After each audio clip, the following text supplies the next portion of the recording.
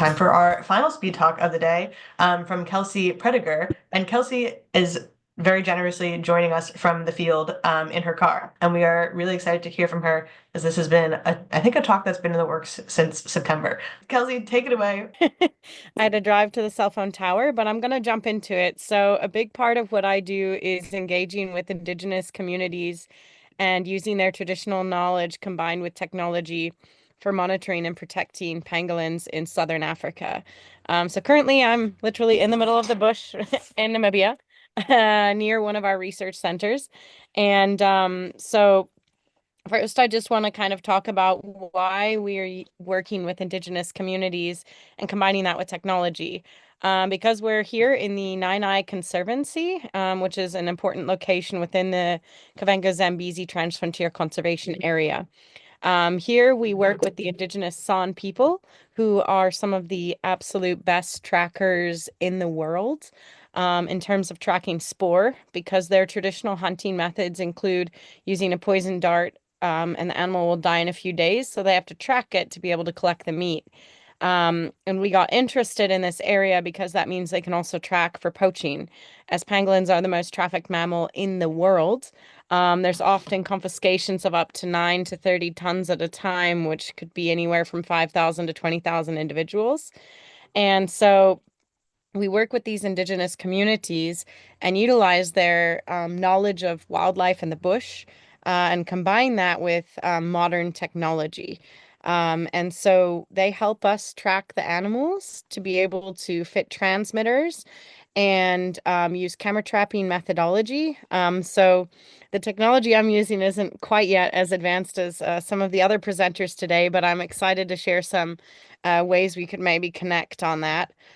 So we employ pangolin guardians in the local villages, and they help track and monitor the animals. And we actually train them to tag the animals with satellite and VHF transmitters that help us collect spatial data to get us an insight into their home range sizes and movement, as well as protect them from poaching. Um, and so they've all been trained in using VHF telemetry and camera traps to monitor burrows.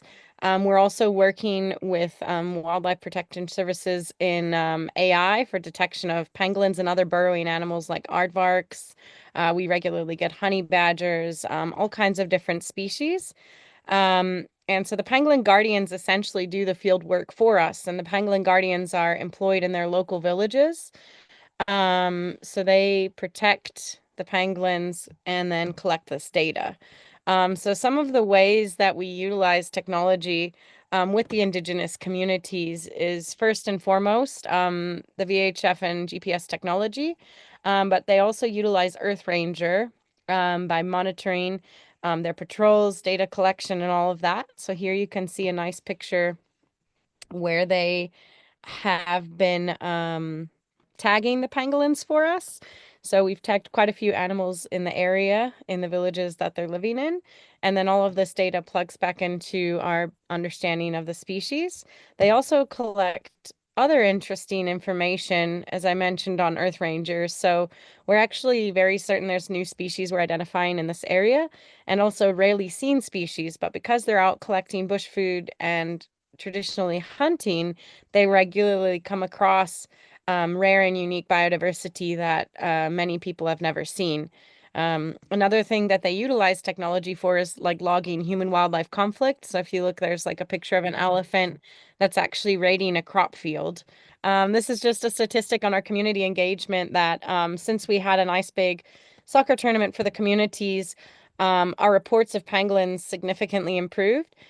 So we actually use the communities themselves to track the wildlife and see the wildlife, and they report it back to us. And so since the soccer tournament last year, we were able to tag 10 additional individuals with satellite and VHF transmitters. And from that, we use this data in applied research to inform conservation planning and other things. To date, we've tagged 18 resident pangolins, and we've recorded the largest pangolin home range, and a lot of firsts for biodiversity conservation. So, like I said, I'm a little bit with my presentation, not as techy as the rest, um, but we do use camera trapping, VHF and sat tags, and a lot of different applications. And as more applications are being developed, we're employing those as well in our research. So here's just some interesting information. We've got like bats at burrows, which is the first record in Namibia. We've got new habitats with pangolins tagged in, and a lot of rare stuff. So here's just like a fun kind of camera trap video that's actually recorded 7 species within less than 7 days, which is pretty cool. We've got aardvark, oops, sorry. We've got aardvark, pangolin, porcupine, mongoose, bat, I think guinea fowl and genet. And we're actually on the way towards also using acoustic monitoring for detecting further species, because ultimately what we're doing in this area is using the indigenous knowledge of the bush and tracking to protect biodiversity, which is actually really exciting because we just hit over 800 species for the area. So we use iNaturalist to record species. And the nice thing is that it's got the AI technology that can help us identify, plus all the experts. As of this morning, we hit 804 species with over 2,400 observations and 59 observers.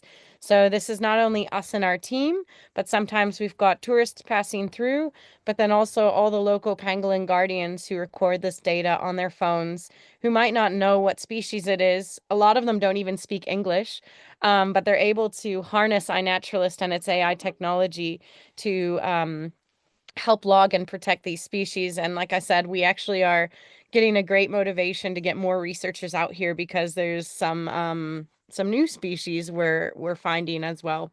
So I know I'm probably getting close to being out of time. I just want to mention that like some of the challenges we face are tag failures, especially when it comes to battery limitations and a vast landscape with very few roads and a lot of major threats. Elephants often impact our ability to walk in the fields because they're in the way and dangerous to us, as well as just large distances from roads and the heat. So sometimes it tips over 40 degrees Celsius, and so tracking pangolins in the daytime is tricky. Tracking at night is dangerous with elephants and lions and other things. Um, and so we actually, this is a question that maybe I'd love to hear more feedback on. I'll save it for the end because I just wanted to touch on, I'm really interested to chat more with Amir about maybe some algorithms, pangolin movement that would make smart tags and save us tag energy, because right now we're limited in our transmitters battery life because satellite energy, just to get the pinpoint and send it back up, it takes a lot of energy, and they're mostly nocturnal, and we have to program the fixes based on their activity, but their activity shifts based on weather, and so it's very hard for us to optimally program the tags. So I would really love anybody that might be interested to work more on developing transmitters that are motion activated, based on their behavior, because they spend most of their time underground. And when we have fixes that happen underground, it's like your cell phone looking for network and you can't connect, so it drains the battery twice as much. So we're lucky if we even get 6 months out of a tag. So it's quite expensive, satellite technology. So I'd love for anybody to reach out if you've got some ideas. But yeah, I think that would be, one of my questions to pose is like, if anybody has any ideas. We've had a few leads, but unfortunately during COVID, the limited access to satellite boards ended the project that I was working on, looking for smart technology for pangolins. But yeah, I think that I'll end it there. I don't want to go over in time. And yeah, we're doing quite a lot of interesting things with technology. And in the future, um, I hope to be doing more with habitat modeling and AI from that spatial data that these GPS tags are collecting. We also are looking to implement drones in some of our data collection and monitoring.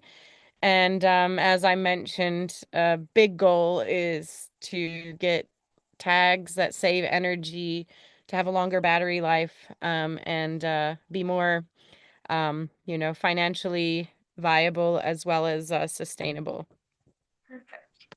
Thank you. Thank you so much for that talk. That was awesome. And like the Pangolin Conservation and Research Foundation was one of like our, I think either community choice awardees or something for Tech for Wildlife this past year. We love what you're doing. Love integrating tech with Indigenous knowledge and community engagement. It's awesome. And awesome call to action for you from the community on collaborations and whatnot. And I encourage you to also share that call to action on Wild Labs to see if maybe anybody who wasn't able to join Variety Hour has any ideas for ways to work together. But thank you so much.